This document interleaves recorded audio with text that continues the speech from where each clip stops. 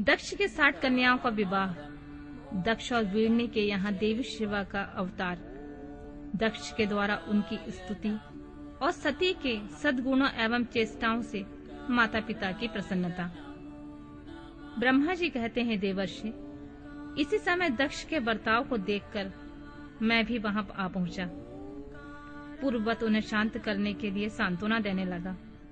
तुम्हारी प्रसन्नता को बढ़ाते हुए मैंने दक्ष के साथ तुम्हारा स्नेहपूर्वक संबंध स्थापित कराया। तुम मेरे पुत्र हो, मुनियों में श्रेष्ठ और संपूर्ण देवताओं के प्रिय हो, अतः बड़े प्रेम से तुम्हें आश्वासन देकर मैं फिर स्थान पर आ गया। तदनंतर प्रजापति दक्ष ने मेरी अनुनय के अनुसार अपनी पत्नी के गर्भ से 60 सुंदरी कन्याओं को जन्म दिया और आलस्य रहित हो धर्म आदि के साथ उन सब का विवाह कर दिया।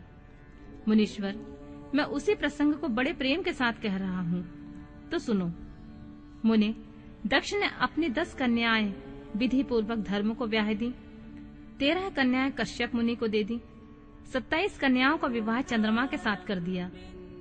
भूत या ब्रह्मपुत्र अंगिरा और कुशाब्र को उन्होंने 2-2 कन्याएं दी। शेष 4 कन्याओं का विवाह अरिष्टनेमि के साथ कर दिया।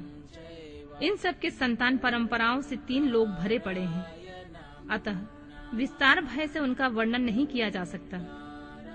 कुछ लोग शिवा या सती को दक्ष की ज्येष्ठ पुत्री बताते हैं, दूसरे लोग उसे मंझली पुत्री कहते हैं, तथा कुछ लोग उन्हें सबसे छोटी पुत्री मानते हैं। कल्प भेद से ये तीनों मत ठीक हैं। पुत्र और पुत्रियों की उत्पत्ति के पश्चात पत्नी सहित प्रजापति दक्ष ने बड़े प्रेम से मन ही मन जगदम्बिका का ध्यान किया, साथ ही गदगद वाणी से प्रेम पूर्वक उनकी स्तुति भी की। बारंबार अंजलि जल बांधकर नमस्कार करके विनीत भाव से देवी को मस्तक झुकाते थे। इससे देवी शिवा संतुष्ट हुई और उन्होंने अपने प्रण की मन ही मन यह विचार किया कि अब मैं वीरनी के गर्भ से अवतार लूं। ऐसा विचार कर वे जगदम्बा दक्ष के हृदय में निवास करने लगी। मुनिश्रेष्ठ, उस समय दक्ष की बड़ी शोभा होने लगी। फिर उत्तम मुहूर्त देखकर दक्ष ने अपनी पत्नी में प्रसन्नता पूर्वक गर्भाधान किया। तब दयालु शिव दक्ष पत्नी के चित्त में निवास करने लगी। उनके गर्भधारण के सभी चिन्ह प्रकट हो गए। तात उस अवस्था में वीरनी की शोभा बढ़ रही थी। उनके चित्त में अधिक हर्ष छा गया। भगवती शिवा के निवास के प्रभाव से वीरनी मंगलमय रूपनी हो गई। दक्ष ने अपने कुल संप्रदाय, वेद ज्ञान और हार्दिक उत्साह के अनुसार प्रसन्नता पूर्वक पुनर्वसन एवं संस्कार संबंधी श्रेष्ठ क्रियाएं उत्पन्न की। क्योंकि कर्मों के अनुष्ठान के समय महान उत्सव हुआ, प्रजापति ने ब्राह्मणों को उनकी इच्छा के अनुसार धन दिया। उस अवसर पर वारणी के गर्भ में देवी का निवास हुआ। यह जानकर श्री विष्णु आदि सभी देवताओं को बड़ी प्रसन्नता हुई। उन सब ने वहां आकर जगदम्बा का स्तवन किया और समस्त लोकों का उपकार करने वाली देवी शिवा को बारंबार प्रणाम किया। वे सब देवता प्रसन्नचित्त हो दक्ष प्रजापति तथा वीरणी को भूरी भूरी प्रशंसा करके अपने अपने स्थान को लौट गए।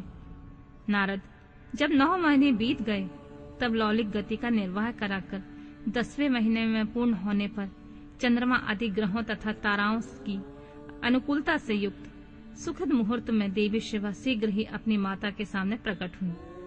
उनके अवतार लेते ही प्रजापति दक्ष बड़े प्रसन्न हुए। उन्हें अपने महान तेज से दीप्तमान देखकर उनके मन में यह विश्वास हो गया कि वे साक्षात शिवा देवी ही मेरी पुत्री के रूप में प्रकट हुई हैं। उस समय आकाश से फूलों की वर्षा होने लगी और मेघ जल बरसाने लगे। मुनीश्वर, सती के जन्म लेते ही संपूर्ण दिशाओं में तत्काल शांति छा गई। देवता आकाश में खड़े होकर मांगलिक बाजे बजाने लगे। अग्निशालाओं में बुझी हुई अग्नियां सहसा प्रज्वलित हो उठी और सब कुछ मंगलमय हो गया। वारिणी के गर्भ से साक्षात जगदम्बा को प्रकट हुई देखकर दक्ष ने दोनों हाथ जोड़कर नमस्कार किया और बड़ी भक्ति भाव से उनकी स्तुति की। बुद्धिमान दक्ष की स्तुति करने पर जगत माता शिवा उसी समय दक्ष से इस प्रकार बोली, जिससे माता वारिणी न सुन सके। बोली, प्रजापति, तुमने पहले पुत्री रूप में मुझे प्राप्त करने के लिए मेरी आराधना की थी। आज वह तुम्हारा मनोरथ सिद्ध हो गया। अब तुम उस तपस्या के फल को ग्रहण करो।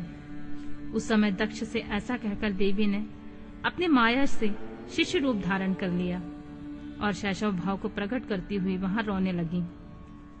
उस बालिका का रोदन सुनकर सभी स्त्रियां और दासियां बड़े प्रेम से वेगपूर्वक प्रसन्नता पूर्वक वहां आईं। आशिकी की पुत्री का अलौकिक रूप देखकर उन सभी स्त्रियों को बड़ा हर्ष हुआ। नगर के सब लोग उस समय जय जयकार करने लगे। गीत और वाद्यों के साथ बड़ा भारी उत्सव होने लगा। पुत्री का मनोहर मुख देखकर सबको बड़ी प्रसन्नता हुई। दक्ष ने वैदिक और कुलोचित आचार का विधि पूर्वक अनुष्ठान किया, ब्राह्मणों को दान दिया और दूसरों को भी धन बांटा। सब और यथोचित गान और नृत्य होने लगे। भली भांति मंगल कृतों के साथ बहुत से बाजे बजने लगे। उस समय दक्ष ने समस्त गुणों की सत्ता से प्रशंसित होने वाली अपनी उस पुत्री का नाम प्रसन्नता पूर्वक उमा रखा। तदनंतर संसार में लोगों की ओर से उसके और भी नाम प्रचलित किए गए, जो सबके सब महान मंगलदायक तथा विशेषतः समस्त दुखों का नाश करने वाले हैं। वीरिणी और महात्मा दक्ष अपनी पुत्री का पालन करने लगे तथा वह शुक्ल पक्ष की चंद्रमा के समान दिनों दिन बढ़ने लगी। द्विजश्रेष्ठ, बाल्यावस्था में भी समस्त उत्तमोत्तम गुण उसमें उसी तरह प्रवेश करने लगे जैसे शुक्ल पक्ष में बाल चंद्रमा के समान मनोहारिणी कलाएं प्रविष्ट हो जाती हैं। दक्ष कन्या सती सखियों के बीच बैठी बैठी जब अपने भाव में निमग्न हो जाती थी, तब बारंबार भगवान शिव की मूर्ति को चित्रित करने लगती थी। मंगलमय सती जब बाल्योचित सुंदर गीत गाती, तब स्थाणु हार तथा रुद्र नाम लेकर शिव का स्मरण किया करती थी।